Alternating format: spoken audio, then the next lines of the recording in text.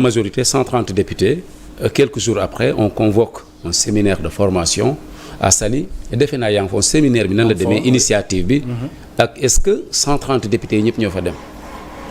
Non 130 députés yi d'abord ñoom ñëpp nekkuñu fa woon am na ñoo xamante ne par exemple lu mel ni les députés de la diaspora. parce que nu ñu woote woon séminaire bi dafa jàmp.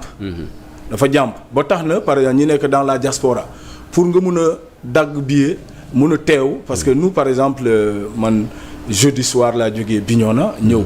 mais mercredi ci ngoon dañ ma wax ni ki vendredi am nañu séminaire. Bon ma am jafe-jafe tuuti pour mën a xëy jeudi rek ñëw mais ci ngoon laa ñëw. maintenant rawatina koo xamante ne mu ngi nekk bitim réew. kooku mënul teew. Bon la plupart du temps ils ne sont pas kii à part ki jóge woon Gambie ñeneen ñi teewuñu mais je sais que il y aura d'autres séances. yoo xamante ne ils vont prendre part. mais kan moo ko initié. parti bi bien entendu parti bi moo ko initié à l'intention des députés nouvellement élus parce que man lii lu baax la ñun bi ñu ñëwee 2022. mais amuñu woon chance am renforcement de capacité. yow da ngay ñëw doo xam fan ngay teg sa tànk. mais lii au moins dañu ne am nañu 130 députés. te ñu ci gën a bëri ñu bees lañu. nañu wootee jéem a def def renforcement de capacité expliquer nit ñi bu ñu demee assemblée premier jour lan moo fay xew ak installation du bureau de vote du président de l'assemblée bureau et cetera kenn ku nekk nga xam li la war ce jour-là. n'est-ce pas mais aussi ñu expliquer la yeneen rôle ci député les rôles du député comment ça fait son statut yu mel noonu pour que nit ñi au moins am un petit bagage. yooyu mooy thématique yi ñu doon abordé. Bon oui c'est l'essentiel c'est ça tourne autour du rôle du député. C'est ça. pour que mooy. da ngeen engagé ay panélistes ou bien Ousmane Sonko en tant qu'ancien député moom moo doon gérer toutes ces discussions là. en tant que non nous avons mais nan la demee concrètement. non nous avons des experts. ñoo xamante ne dañoo xarañ ci wàllu constitution.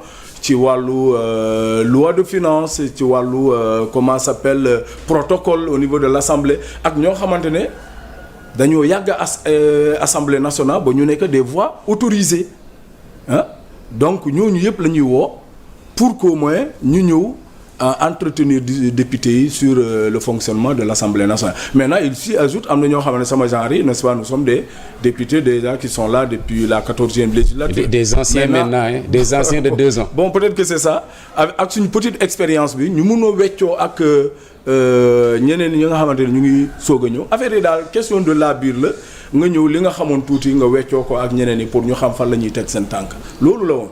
waaw et je crois que c'est une excellente chose. parce que Assemblée nationale ku ñu fay yëb kilifa la.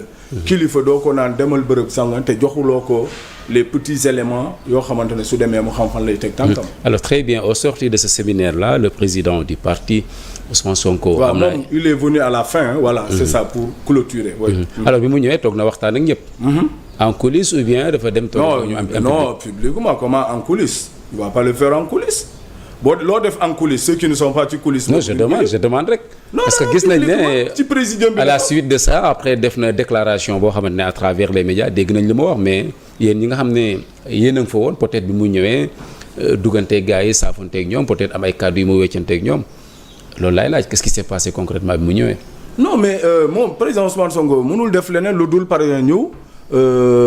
ndokkeel député donc foofu la tàmbalee. félicité dernier jour bi rek la ñëw.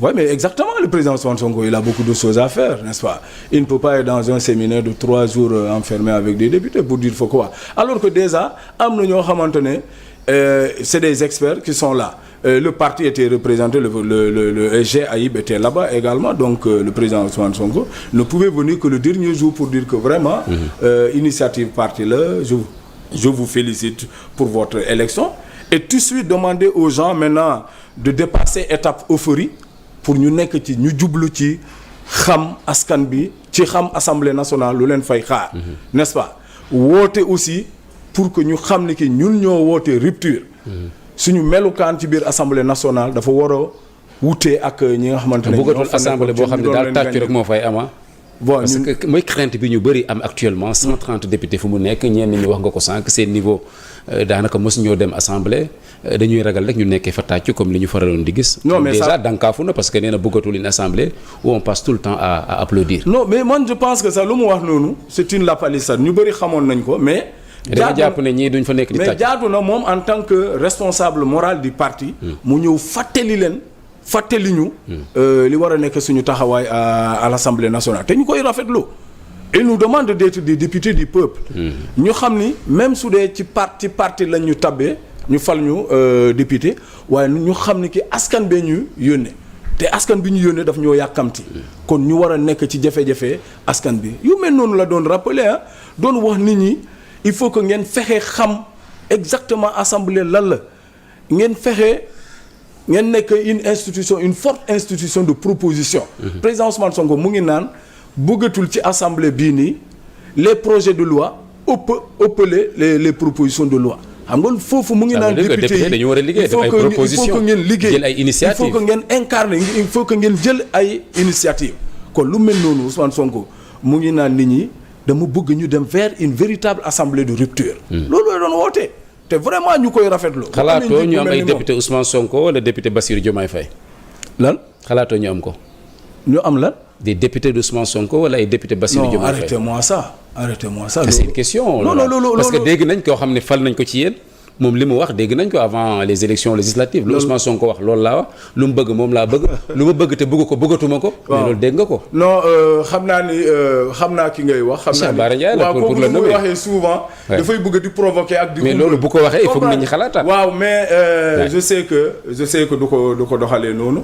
parce que Ousmane Sonko même bu ko xalaatoon sax mais Ousmane Sonko ñëwam bii nii. mu ngi fàttali nit ñi ni ki yéen vous êtes une institution autonome. le pouvoir législatif.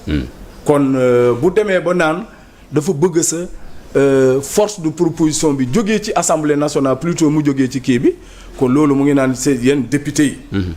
vous êtes libre de prendre des initiatives ci li ngeen jàpp ni lii baax na pour réew mi. est-ce que mën nañ xaar proposition de loi ñëw jógee ci présidence de la République. projet de loi foofu. projet de loi j'allais dire nekkul ci intérêt réew mi ngeen opposé wu. Parce que d'habitude ce qu'on a l'habitude de voir quand il y a un projet de loi d'habitude la majorité dañuy ñëw rek gëmm seen bët voter. Est-ce que mën nañ xaar un jour à ce que projet de loi ñëw ngeen opposé parce que tout simplement nekk dans l'intérêt de ce pays là. mais le président Ousmane Sonko loolu la woote. mais demaguñ ci mën na ko woote. mais lay am sur le terrain non dafa ñëw wax ko. il faut ngeen joxe ay assurance yéen député yi nga xam ne yéen dafa ñëw wax ko. à haute et intelligible voix. ñun ñu dégg ko ñu naan. président lii la woote te attention. président Ousmane Sonko lu ñu may ñu egsi fii nii. mooy lépp lu muy wax day bëgg ñu doxalee ko noonu. kon bu wootee naan dama bëgg n'est-ce pas yéen mu am plus de proposition de loi que de projet de loi. mais proposition de loi ñun ñooy xool loo xamante ne dañoo jàpp ni lii moo gën ci réew mi ñu andi ko fii foofu biir assemblée nationale. ñu càmbar ko voté ko. mbaa proposition de loi yi da ngeen ci boole la criminalisation de l'homosexualité parce que opposition bi fi nekkoon gis nañ Barthélémy Dias par exemple ne woon na bu ñu amee majorité dinañ déposer une proposition de loi portant criminalisation de l'homosexualité et bien avant ñuy dissoudre également la 14e législature gis nañ ko ci mel ni Cheikh Abdou Mbacké Bara Dolly defoon na ko bokk na également ci li Sénégalais en tout cas ñenn ci Sénégalais di xaar si yéen ngeen am courage boobu porter vraiment ce combat là sur la criminalisation de l'homosexualité est-ce que loolu mën nañ ko xaar si yéen. xam nga damay wax ni yaa ngi wax ni kii amoon na ci 14e législature ñoom. Bara Dolly et autres ñoom ni ñu ko doon defee de manière populiste et autres ñun du ñu doxalee noonu. xam nga lu mel ni criminalisation de l'homosexualité. nekkul une question boo xamante ne nit ñi daf ko war a jàppee à la légère n'est-ce pas. lépp loo xamante ne da nga koy criminaliser. il faut nga utal ko ay garde-fou ay critères yoo xamante ne yu taxaw parce que il faut que ça soit bien documenté. pour ñu xam ni à partir de quel acte concret on pourrait dire que lii c'est de l'homosexualité. parce que bu dul loolu ça pourrait aller dans tous les sens. mën nga am sa problème ak nit mën nga am problème ak nit ci peut-être côté yu bëri n'est-ce pas. nga dem liggéeyu quelque part naan lii kii il est homosexuel et autres voilà pourquoi nous on se dit que loi boobu ce n'est pas d'abord une surpriorité il y en a d'autres choses mais bu Ousmane plus Sonko important même dans la marche du pays attention mais très bien d'accord na le débat s'est d'accord posé na Ousmane Sonko ne s'est toléré est-ce que vraiment pour couper court à toute la polémique mu ne Ousmane Sonko bi muy recevoir Jean-Luc Mélenchon ne woon na s'est toléré gis nga vraiment débat bi mu cristallisé woon est-ce que vraiment pour tourner cette page là gënuloon rek ngeen am courage bi vraiment porter le combat sur la criminalisation de l'homosexualité. Vous n'allez pas nous dire tout de suite et maintenant allez-y dugal leen proposition non, c'est juste une question. Proposition de loi sur la criminalisation de l'homosexualité. Il y a beaucoup de questions brûlantes qui intéressent la marche du pays également. Non mais bëri na loo xamante ne day suqali économie bi la bonne gouvernance et tout c'est des questions qui sont là qui intéressent les gens. Comment faire en sorte que nos ressources pétrolières et autres puissent profiter au maximum de Sénégalais c'est des questions brûlantes. loolu constitution bi réglé oui na ko honorable mais réglé na ko oui article 25 on dit les article 25 alinéa appartiennent n'est-ce pas au peuple et autres mais xam nañu ni ki cet même article a toujours existé mais qu'est-ce qui fait que depuis longtemps les ressources naturelles n'ont pas profité beaucoup aux Sénégalais. Voilà, on va vers maintenant des choses pratiques et opérationnelles. Maintenant la criminalisation de l'homosexualité tout le monde est d'accord que ñun suñu société dafa am des fondamentaux yoo xamante ne yooyu moo régir suñu société. du ñu nangoo que des pratiques malsaines puissent vraiment prendre de l'ampleur fii ci Sénégal. parce que loo teelul xeex mën na dem ba ëpp la loxo ba soo ko bëggee xeex sa doo ko mën. de toute façon loolu xam nañu ne kii c'est une question qui intéresse beaucoup de Sénégalais. te loo xamante ne dafa ñor askan Sénégal ñun dafa ñu war a ñor. kon loolu aussi. bokk na ci loo xamante ne war nañu mën a liggéey xool documenter ko pour xam nan la ñu war a étudier nan la ñu war a dugalee une proposition de loi loolu mais je ne suis pas pour que ça soit comme si loo xamante ne boo ko deful suba réew mi day taxaw déedéet li war a taxawal réew mi mooy les questions d'économie les questions de bonne gouvernance. Très bien. On va s'atteler sur beaucoup de questions en même. Alors Ousmane Sonko nee na bëgg na ñu dem ci lii de vote loi de finances initiale avant le 31 décembre ku ne xam ne nag balaa ñoo dem ci vote dem ci installation de la 15e législature yan information nga am par rapport à la date d'installation. Parce que fu mu nekk nii on nous dit que dans les prochains jours léegi mu ñëw ainsi de suite vous êtes député yéen a yor parti au pouvoir peut-être yaa ngi flirter ak vraiment ñi nga xamante ne ñoom ñooy les têtes de gondole et tout ça moo tax ñu lay laaj la question est-ce que am ngay information à propos de la date d'installation. de la 15e législature non awma information bu précise waaye lu ñu xam ba xam mooy. c'est une question de jour.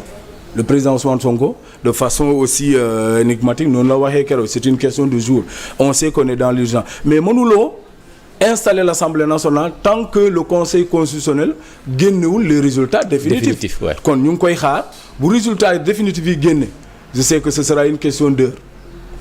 Ouais. Une question d'heure alors très bien ku ne Assemblée nationale également on a parlé de l'installation anticipé nañ sax ci votu yenn loi yi comme la loi de finances initiale et tout ça mais loolu yëpp balaa moo am il faut que bureau taxaw bu bureau taxawee également il faut que présidence am ku jiite li nga xamante ne moom mooy pencum ndaw réew mi déjà dañu génn ci élection législative rek on parle beaucoup d'Ousmane Sonko qui est premier ministre ñu bëri jàpp ne mën na nekk également président de l'Assemblée nationale il y a également ce qu'on a vécu avec la coalition Yewwi ou le groupe parlementaire Yewwi il y avait plusieurs candidats est-ce que mën nañ xaar Ousmane Sonko puisque de lui qu'il s'agit mu diriger li nga xamante ne moom mooy la 15e législature joxe li nga xamante ne moom mooy la primature. Non xalaatuma ko te man si je devrais lui conseiller. Je lui demanderais de rester au niveau de la. Mais de pourquoi? La primature. Pourquoi lu tax. Non xam nga dama lay jox benn aspect bu ndaw. et important. ñu ngi jógee sur la présentation du référentiel. Sénégal horizon 2050. 2050 ouais. Le président de la République a confié cette responsabilité au président Ousmane Sonko de travailler de réfléchir ak ay kàngam. pour ñu mën a teg un programme Sénégal horizon 2050. 2050 ouais. Premier Ousmane Sonko coordonné ko des mains de maître. ba yàggul rek présenté na ko fële au niveau de Diamniadio. Diamniadio ouais. man ki nga xamante ne moo nekkoon dans la conception. du référentiel. kooku su ko bàyyee war a dem nekk feneen pour contrôler référentiel boobu bu sooxee dans la mise en œuvre dañuy ne on n'a pas été stratégique dans comment s'appelle la désignation de celui-là qui doit surveiller contrôler projet bi di Ousmane Sonko ku ne mën na ko porter est-ce que loolu tamit du indi amalgame par rapport ak argument yi nga xamante daan ngeen ko joxe ne projet bi di Ousmane Sonko képp koo xam ne mën nga ko porter rek war ngaa mën a jiitu c'est-à-dire que Ousmane Sonko rek moo mën a porter le projet non nekkul loolu est-ce que c'est pas une contradiction par rapport aux arguments que vous avez toujours donnés Sénégal dañu toll foo xamante ne lu yàqu dafa bëri et il nous faut aller vite vers la prise en charge des préoccupations des Sénégalais fii ñu ne loolu Ousmane Sonko rek moom ko mën a doxal non waxuma ni ki moom rek moo ko doon il n'est pas aussi nul n'est indispensable à mais je pense que il y a plus de 4000 experts yoo xam ne mais je pense que il a une position stratégique te Ousmane